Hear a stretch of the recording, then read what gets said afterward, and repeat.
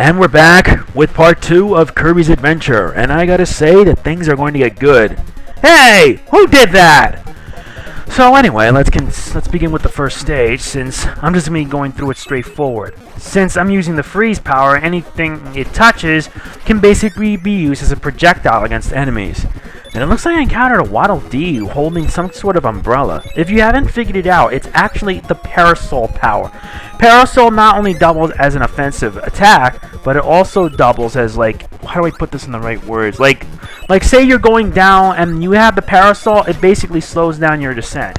And I just lost my freeze power, but that makes up for it because I got the Sword Kirby. Yeah, like I explained in the previous part, Sword Kirby is basically Kirby with a sword. Nothing fancy. Though in the later versions you get yourself a variety of different powers and abilities, which can prove helpful. Though one of my personal favorites is that when you're at full health, you can basically launch like a sword at her. Like a sword at your opponent. And you can inflict some damage this way. But that is one of the few advantages you have as Sword Kirby. And I gave up my power, and now I have the Parasol. The Parasol, like I explained, acts as not just an offensive attack, but also you could float yourself down. And it looks like I just hit first prize, so I'll let you guys enjoy this.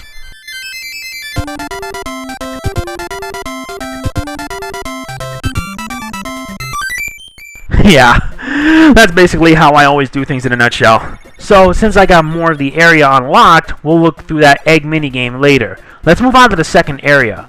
Basically, the second area isn't anything fancy, though I did lose my power only to gain it back. Yeah, I'm doing post-commentary for my playthrough since doing it pre-op would, take, a lot of time and work, though. If you insist on me doing pre-commentary, like the commentary itself, leave a comment below. So, as I continue on, I use the Warp Star to reach through another portion of the stage. And it looks like I'll be encountering an interesting boss fight. Now, I would be using a different power instead of Parasol, though I didn't recommend it when I was thinking this. So I'm up against some sort of large wheel. And this large wheel decides to play rough. And I'm down to my 1 health. At this point, when you're at low health, you have to be careful because you don't want to make any mistakes. Though I did make plenty of mistakes when I do the videos. Don't believe me? Why don't you find out for yourself and see, since I will be doing a lot of these later on. And I take down the giant wheel and I become Wheel Kirby. Wheel Kirby basically turns you into like a wheel that you can just move and go past your enemies. You can just go through obstacles, but you can't go through walls, because if you hit a wall, you get stopped in your tracks. Though I don't mind it. It's actually pretty useful and a reliable ability. And there's the end stage, but I need to recharge since I lost a lot of health. And I lost my Wheel Kirby. This is just absolutely stupid. Oh well, at least it can't get any worse. But hey, what can you do? And I got myself another free life. Yeah, I have a tendency to get lots of free lives since the end minigame requires a lot of timing. Though eventually I do get better at it, and I know I triumph. Believe me, I know. And with that out of the way, there's another minigame we could check out. There's Area 3. And since I have no powers, I may as well get my hands on the nearest one, which is Parasol. Yeah, I already explained about Parasol. I don't need to explain about it any further. So let's continue on our way. And it looks like we're heading deep into a cave, since I think we need certain items in order to access hidden areas. Though there is one portion of the level where you can get access to a special ability called UFO. And UFO is basically a very powerful ability. Is that you have access to a laser that could be if you hold down the attack button, you could basically have it do a charge shot. You could basically have it do the beam weapon. The possibilities are endless, and you can go through areas that are underwater, which what I'm going through right now. The only reason why I could actually fight back is because I have Sword Kirby, since Sword is a very reliable power. And underwater, it does a spinning attack, which is like a vertical spin attack, but it's kind of cool nonetheless. Anyway, I continue on my way, dodging enemies and going through various threats, and I got hit. And I got my power back, so I'm not worried. I decided to check upwards to see if there was anything interesting, and I think this would lead me all the way back, so I don't recommend it. So I continue on, avoiding obstacles, defeating enemies, and let me say this, that pretty soon Kirby's 20th anniversary is coming, and Nintendo decides to release a compilation of 6 Kirby games in one disc, similar to Super Mario All-Stars when they did their 25th anniversary of the Mario franchise. I like that Nintendo actually honors and respects their franchises a lot. though I do feel that other companies don't care. The only exception was that Nintendo, Metroid had its 25th anniversary, and Nintendo didn't do anything. It just really sucks. It really sucks. So I tried again. I lost a life, and I said to myself, you know what, screw it. I may as well try a different tactic, since the tactic I'm currently having, using a sword, isn't cutting it. I forgot, you're up against Meta Knight's troops. Meta Knight was, I think, a deuteragonist. It's either both a antagonist and a protagonist. You don't even know if he's a good guy or not. So basically, you just take on his forces, and if you like use the suck up, like spit out ability, like what I'm doing right now, you could basically take out all of the enemies, no problem. And I got hit, which got me shocked, which sucks. So anyway, I'm continuing on my way, and I took down the last one, and I can finally continue. So, as of this point, we are continuing on. I gotta dodge these fish, or I can just take them down to get some health up, because I need all the help I can get. And we're almost at the end, since the first level had like about 4 stages, the second one had 5. In the later levels, you'll be expecting a lot more stages. Like, for example, in the next world, Butter Bridge has like 6 areas. Yeah, 6. And I believe later on, you're going to be expecting to find a lot of secrets, which requires you to think before you know what you're doing. So before I enter the next stage, I decided to check out the museum. And there are 2 interesting powers. One of them is laser. Laser basically fires a straight beam, though if you hit it at a curve, it goes straight upwards, and then it could like crisscross it. Think of it like the laser ability from Sonic Colors, where you just basically use it, and you could just usually crisscross against enemies, taking them down effortlessly. So I head to a passageway, and I lost my laser power. That just stinks. I got careless. I wasted too much of my time, so you know what, screw it. At least I got the extra life, which is good. So I know that there are other powers in this game. Some of them were exclusive, I think, to the NES game. I don't know why they didn't add it to the later versions. Maybe due to technology restrictions or something.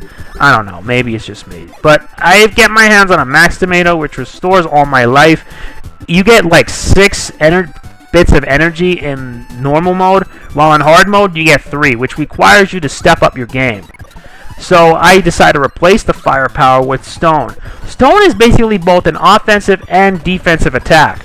Sure, you could use the stone ability to like hide against enemies and protect yourself from attacks, but it's also useful as a powerful attack move. Though it does considerable damage, you need to be careful so that way you don't get hit. And since I take it down, I get my hands on a special ability called the Mic. Mic is basically one of 2 abilities that have like a limited use. In this case, Mic has actually 3 uses. The first use, he uses a megaphone. And the second use basically, well, wait, I decided not to get the extra life because I got plenty as it is. So let's talk about the second one. Since the second one basically has you like, damn it, come on, there we go, let's check it out. Using a large microphone. And the third has Kirby act like a rock star, and that's pretty cool in my opinion. Though I could use laser to like redirect the beams and take out the enemies, though it's not recommended. Though it is recommended, though I didn't use it, which kind of sucks. So I have to dodge most of the enemies here, since Kirby can basically like breathe out the air it spits out and uses as a weapon, which is pretty nice. And I'm at the end of the game, hopefully going to get another extra life, and I don't.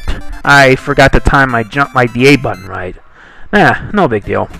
And we have about like 1 more area to cross, though the one up top is basically an arena.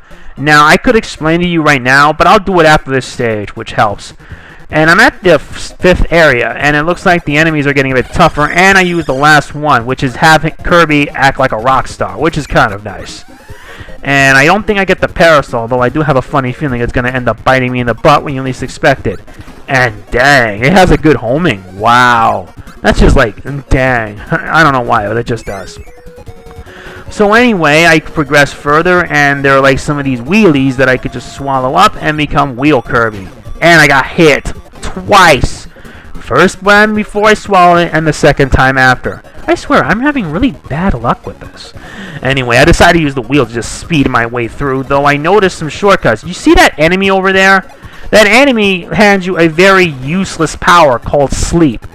Basically, what Sleep does is basically you just take a snooze and that's it. It counts as a temporary power. One of few powers that have a temporary use. And I already went through this, and I'm almost at the end, and it looks like I'll be encountering some more enemies, along with the power I feel that could help. You see that flying Superman-like enemy? This one provides you the high jump power. I didn't know what I was thinking when I wanted to get my hands on it, though it is no excuse why. I just wanted to check it out and see what it's all about. Though I will get my hands on it, which I do right now, high jump basically gives Kirby an added jump. Nothing fancy, and I got hit by that parasol. And I decided to just say forget about it and go back to the sword, because the pen is mightier than the sword. Though I do think the other way around, basically. So anyway, I just dodge more of these spike enemies, parasol, waddle dees, and so on and so forth. And it looks like this is where the high jump ability comes in use. High jump basically gives Kirby an added boost, though it can be also used as both an offensive weapon. It could also be used defensively, since you could be able to evade certain enemies. Like the Crash Bombs, for example. The Crash Bombs provide what is known as Crash Kirby. Crash Kirby is a one-time use that, when activated, destroys enemies throughout the entire screen. It's best used when you're up against multiple enemies, though you know it'll help you out in the long run. And I'm at the end, and I didn't even reach number 2. Wow, that sucks. Believe me, I know. So, anyway, at this point, we're near the end, and I do think it's time I check out some of the mini-games. The first one we'll check out is, of course, how do I put this? The egg mini-game. Now, I did really bad at it. I don't know why, because I haven't learned the controls. Basically, you need to press the buttons to open Kirby's mouth as King Dedede tosses eggs. You better make sure you don't touch the bombs, or the game's over. And like that, I suck. I got 500 points. Do I care? Probably not. Oh well, whatever. Anyway, the next minigame, like I did in the first world, is basically the gumball minigame, Crane Fever, where you can basically use the crane to get extra lives. It's pretty nice, and I actually like it. Yeah, since the bigger Kirbys require you to switch up your game, since, as you know, it takes a lot of work. Yeah, sometimes you can get really lucky and get like 4 lives, but most times the Kirby can sometimes act like a jerk and be like, drop the Kirby thing, and I'm like, what? I'm like, let me show you where it is. Here's what I'm doing. I'm getting the second big Kirby, which gets you 2 lives instead of 1. But here's what happens. I had it at an incorrect angle, and look, that is just fail. And the big Kirby's like, no way, you're not gonna take me out away. I'm not giving you extra lives, so screw you. At least I got 2 extra lives, which helps. Not that it matters, since this game you can end up getting plenty of extra lives. And the last minigame is the arena. The arena is basically a test of skill. You're up against a specific enemy, and it's your job to defeat it. Nothing fancy or anything, it's just that you need to defeat the enemy, and if you succeed, you'll gain their power and a max tomato, which you will need in order to survive, like so. See that? I'm back to using Freeze Kirby, and I get a max tomato. And unlike the other minigames, you can take it on anytime you wish, so that way you can get yourself an extra power. Now, there is one more thing I want to show you, and that is the Warp Star Station.